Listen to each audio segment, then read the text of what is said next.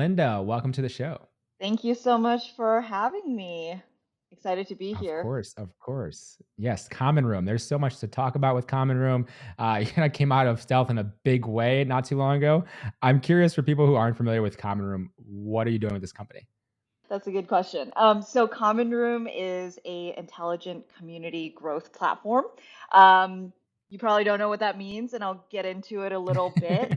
So at a high level, we allow modern SaaS companies, community teams, DevRel teams, CXOs and revenue leaders to instantly connect their community engagement across all the channels where their users, their champions, their partners, their customers, their developers are engaging with them, and then marry that with product usage and revenue data. And this enables our customers to unlock intelligent insights that let them take action to grow happier customers, measure outcomes, and then unlock ultimately kind of growth and business impact, right? So we're currently used by many community-led growth companies across Web3, commercial open source, and PLG SaaS. Those are kind of the verticals that we focus on, including, I'm sure a lot of names that have had differentiated community-led growth stories that everyone may be familiar with, like Atlassian, Asana, Chainlink, Metaplex, Webflow, Grafana, dbt, Figma, HubSpot, and many others. So yeah, our core users are community teams, DevRel teams, and then ultimately also revenue teams. So to go back a little bit into what community uh, growth Yeah, means, yeah. For I sure. think it's a relatively new concept in space, but you may have heard kind of, you know, that term on the rise. So there's a fundamental shift happening over the last 20 years in how enterprise software is being distributed and adopted. In that it's now looking much more consumer like, right? The practitioners and the users of the software have so much more power to decide what tools they want to use at work. And so these users are also more networked than ever before. They find out about new technologies to adopt from their friends and their friends on the internet. And so these conversations are happening everywhere where people like to convene, right? And I'm talking about chats like Slack and Discord, forums, digital, channels, social media, but also in person via meetups and conferences. So anywhere where your users, your customers, your champions are talking and talking about your product and talking about you, we consider that to be a company or an organization's community.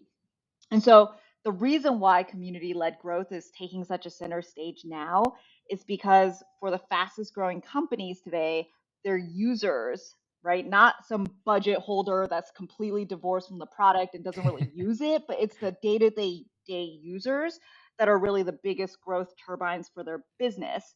I think on the consumer side, and we all can relate to this, there's a huge shift in how people want to interact and how they want to evaluate technology, right? Like if I want to go look at a productivity tool, I'm going to go do research on the internet. I'm not going to go Of and course. immediately talk to a sales rep, right? If I have a problem with something, I don't want to send a ticket through Zendesk. I'm more likely to actually tweet at the company about it or go into a forum or go into Reddit and compare notes with my peers. And so all of these disparate engagement channels creates like a massive problem for modern software companies, right? If you're a developer advocate, community leader, or a CXO, you can't control where these conversations are happening. The analogy I like to use is like, if you're not meeting your users where they want to engage with you, if you're not having these conversations in these channels, you kind of risk being that person who's being like talked about at a party where you're not there. And that's like such an existential threat to any modern brand. And so we're Yeah. an intelligent community growth platform. We aggregate across all of these places where engagement and conversations are happening, and we marry it with a company's internal business data, right? Like product usage and revenue data. And so all of a sudden you have essentially this, we call it a digital relationship manager or a full kind of user 360, right?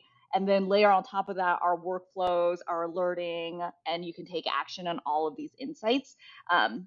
And you need to do this in order to compete and perform within how this shift in technology and how it's being evaluated and distributed is happening. There are so many different touch points across that, which is what you mentioned, and which is why I say it's so useful to have something like Common Room. I'm always curious about the early days though, because you have this insight, this idea. You're like, okay, obviously there's some problems, some need in the market that you see. How did this get started though? For other founders out there who are wondering, they see Common Room now, they're like, oh, they raised like a $32 million Series B. They've got great investors. They've obviously grown a lot, but in the early days, like, how did this get off the ground in the first place, Linda? Yeah. I think for a little bit, I purposefully really wanted to be a founder. And so I was always like interested in thinking about ideas, right? I think Yeah, when I was getting started, I was like, how do I get the idea? Like, what, where does that where, come from? yeah, exactly. And I was like reading all these things. But looking back now, it was kind of a natural progression into realizing that I wanted to build for this problem. So in 2016, I was a junior investor at an early stage VC fund in Seattle called Madrona Venture Group. And I know everybody's excited about VC, but I wasn't a great investor to be clear. But one of the best things about the opportunity to be a venture investor is you get to dive super deep into industries and business models that are on the cutting edge, right? They're fundamentally reinventing the way that software is being built and distributed and adopted. And if you have kind of that like learner mindset, it can be a really fun job. And so I got to see firsthand the rise of user-led and developer-led adoption within Yep. what we call product-led growth, right? It's developer services, it's commercial open source, it's blockchain. And so these early impressions that there was a seismic shift happening was really validated by my next experience leading product marketing for serverless computing at AWS. So at AWS, I was part of a business unit that was very developer led, right? We weren't selling into like some CTO or CIO tops down. It was really about developers finding the tooling. It was improving their daily lives. They loved it. They were getting hands on with it. And they were the ones that, would discover it in a weekend hackathon and then bring it to their job at Nike. Hmm. And so at AWS, because we realized that some of our most innovative services we're kind of experiencing this gangbusters growth, not through this traditional sales led model, but rather through developer led. Um, we realized that we needed to go and support and have conversations with our developers where they wanted to engage with us. And Yep. so we spun up a Slack that grew to tens of thousands of developers. Jeez.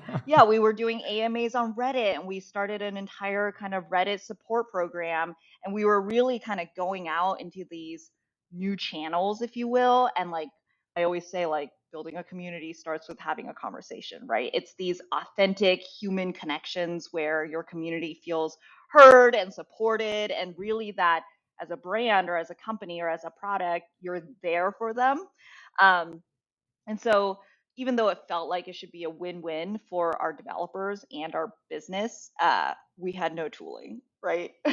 So there was nothing to tie anything we were doing in Slack or Reddit to any measurable Yeah, outcomes. There it's was, tricky. yeah, we were building a champion program, which is now, the global AWS Heroes program, and there was no tooling to go and find who our biggest advocates were, right? I had to go through Twitter and like manually try to find people who look like a Jeez. good fit. And so nothing to enable this new engagement model was there. Um, and a lack of that tooling really meant that our members were often kind of screaming out into the void, right? They're in your Slack, you open to Slack, but nobody's responding to them. Like that's not a good experience. Um, Yeah. and then the lack of measurement, like AWS is a very data driven place. When I'm in exec reviews about the programs I'm building and I can't really tell them how this is accruing to the business or any measurable, metrics or KPIs, that's a problem. Um, Yeah.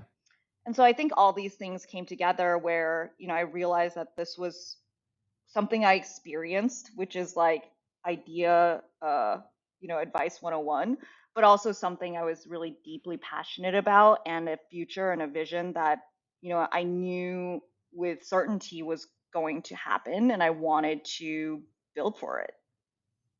Okay, with that, there's so much to unpack. But with that too, this idea you have obviously perfect fit with what you wanted, your passion, and like kind of the need that you saw from this.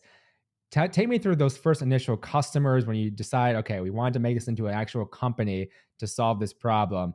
Getting your first customers, getting your product out there initially, because I mentioned earlier the like kind of came out of stealth with a big announcement of the raise. But take me through the early days of then just getting your first customers even for this, because you have this idea. Obviously, it's useful and it's going to on a grand scale, especially for people who have these massive communities already or massive amounts of customers. Take me through like initial kind of launch and then early customers. I'm curious about that too. Yeah.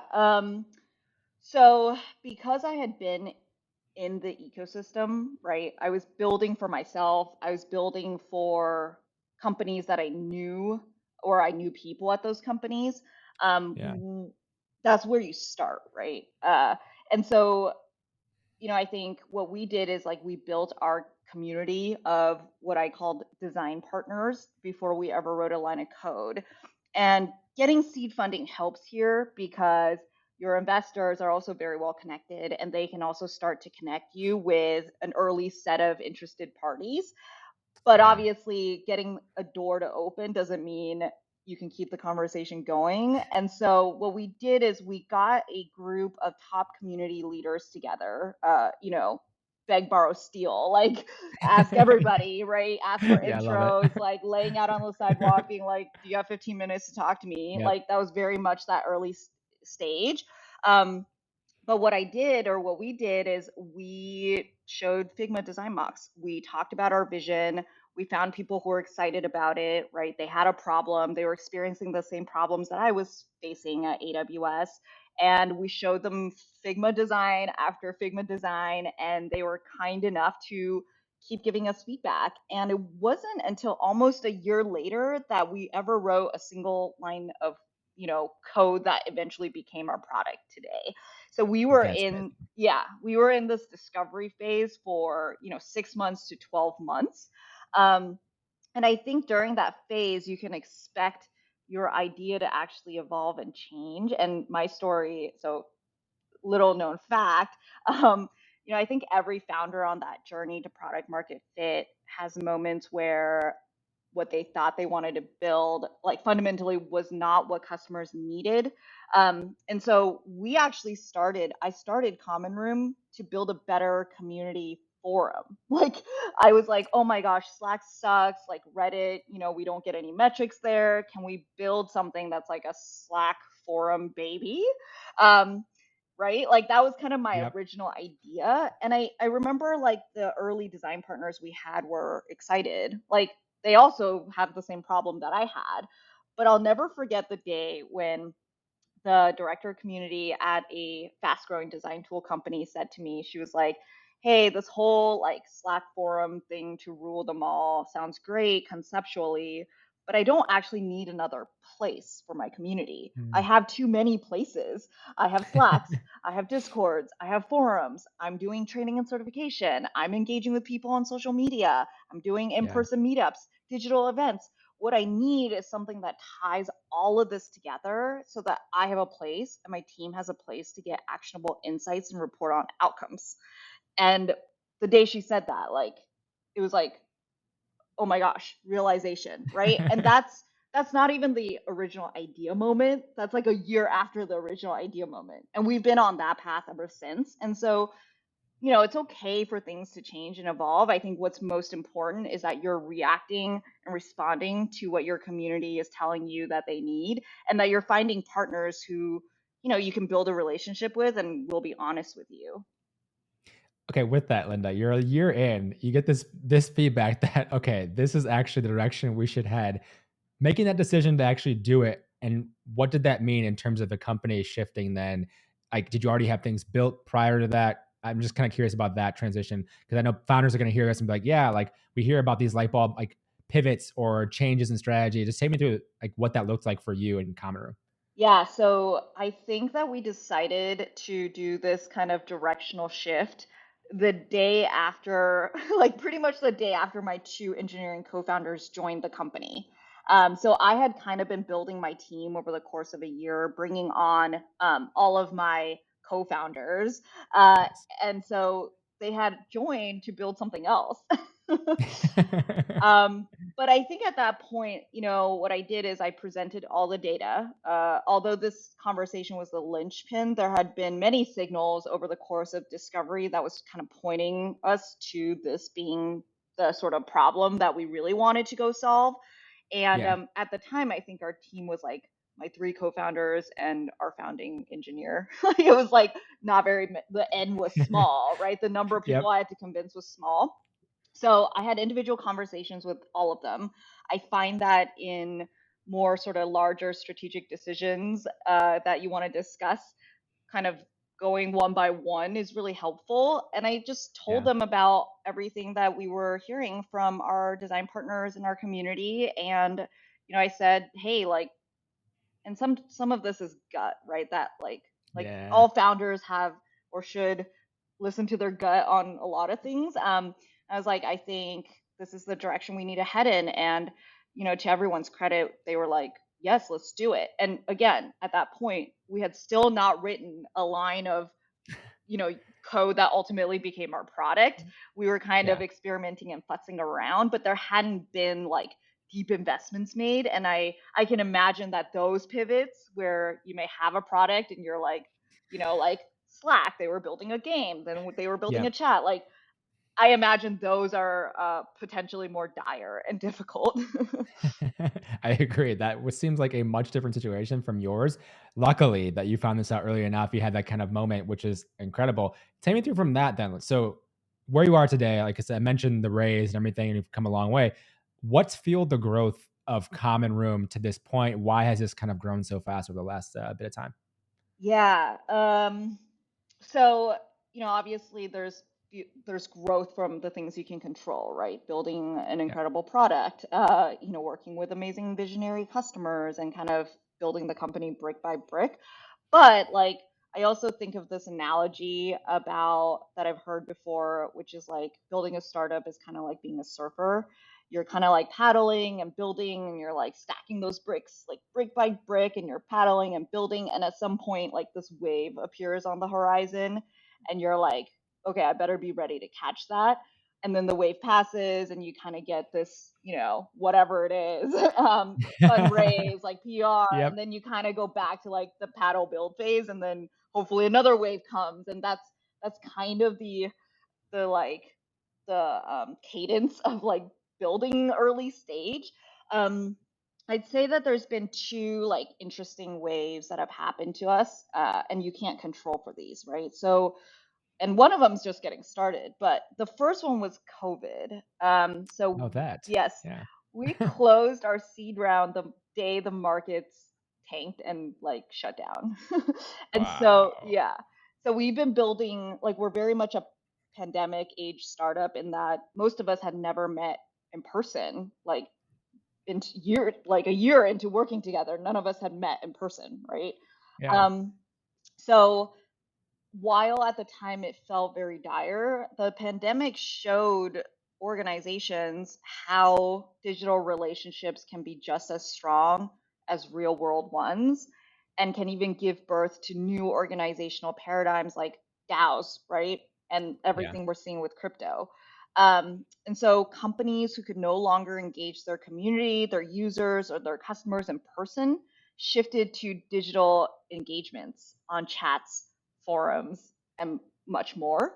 And so you had this kind of Cambrian explosion of like digital omni-channel conversational engagement, right? Yeah. Between community and companies and organizations. I think the second wave is actually this current market correction that we're experiencing. So when you're a company that's been valued at X dollars based on the size of your community, right? The size Yeah. of your Slack, the number of GitHub stars, whatever. It's suddenly become the number of like organic users on your free tier, like whatever it is, it suddenly becomes way more urgent in today's environment as multiples have corrected that you understand and can better serve the needs of that community so that you can transform your community over time and potentially much faster than you wanted to into a way to grow happier customers and grow your business. And so what happens is, CXOs are realizing that all of their amazing community members that have been engaging with them and, getting adoption, getting engagement, like using their free tier, using their open source project, all of that, it suddenly turns into from a nice to have to a need to have, to ultimately transform your community into a thriving customer base, right? And to keep growing that community because it becomes one of your biggest levers for growth. And to also understand that community because, again, like if you can't understand it and you don't have visibility into it and Mm. you don't have the data intelligence, you can't affect it. Um, and so these two things have happened to us in the last 2 years, which I think are little waves in the larger macro tide of, Yeah. every single modern organization really moving towards more of a community-led growth model.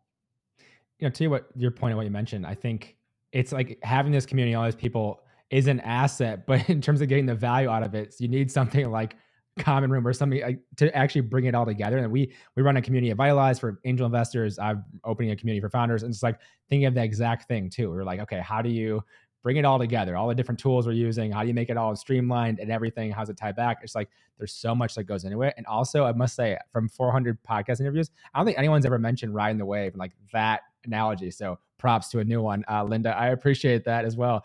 And I know we're getting close to time. So last thing I'm just curious about with Common Room, you mentioned some things right in terms of customers early on.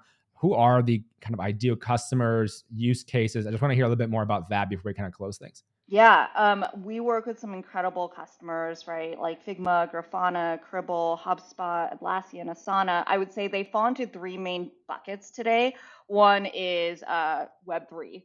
We work with some incredible folks there like Chainlink and Metaplex and others. Another is commercial open source.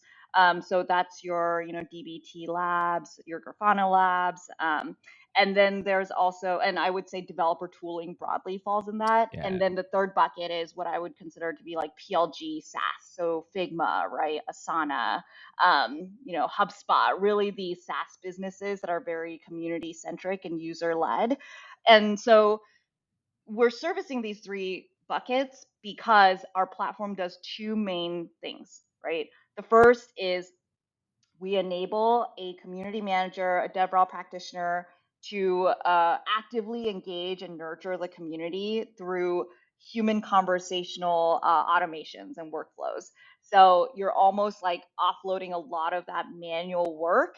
So, for example, we have an amazing way to greet every single member that comes into your community where you set the message, it's from you, it's in Slack, Mm, and it's a DM, and that has increased engagement, that has increased a feeling of belongingness. And I think it's really cool how with AI and advancements in technology, we can have more human and conversational relationships that are not bot driven or transactional, right? And then so there's an aspect of how do we help people grow, nurture, and engage their community, because that is ultimately the heart of it, right? And then secondarily, we tie all of this community engagement back to the business, and we will interface with adjacent customer facing teams like sales or customer success or other parts of marketing to bring the entire organization closer to what their users and community members need. So if there's a community member who's raising their hand and saying, hey, like I'm really having trouble with adopting this thing because I'm running a POC and I'm doing an evaluation, well, we would want to make sure that the sales team or the sales engineering team can help that person within the context of what they need help on, right? So it's all about meeting your users where they are and having the intelligence to essentially like triage their needs across your organization, and again, like bring everyone kind of closer to the user. If you think about what sales folks look at in Salesforce, it tells you very, I mean, it's more so like a log of productivity. It tells you literally nothing about what your users actually need or who they are, right? yeah. Obviously, there's a need for this. It's very clear. Even my research beforehand, I'm like, oh, I get it. It makes total sense with what they're doing, especially with how you could say how hot community is now. But people are thinking about community way more. I hear it all the time now, even in venture side of things. How do we leverage our community? How do we build our community? Like it's become buzzwords in many ways, but obviously there's a value from that if you can extract that and do it in a good way. So I love what you guys are doing in there as well. Where's the best place for people to learn more about Common Room and connect with you, Linda, if they'd like to? Yeah, you can follow me on Twitter. I think it's Linda M. Lian. Definitely try out our product. You can try it out for, we have a perpetually free tier, especially for small communities and small teams. So Nice. immediately click, hook it all up, and you'll be getting insights and all the goodness of our platform right away. And then, of course, please join our Uncommon community. It's full of amazing DevRel leaders, community managers, community leaders, and we're all sharing knowledge and building this playbook and this space together. Thank you so much, Linda. I appreciate the time. Thank you. It was great.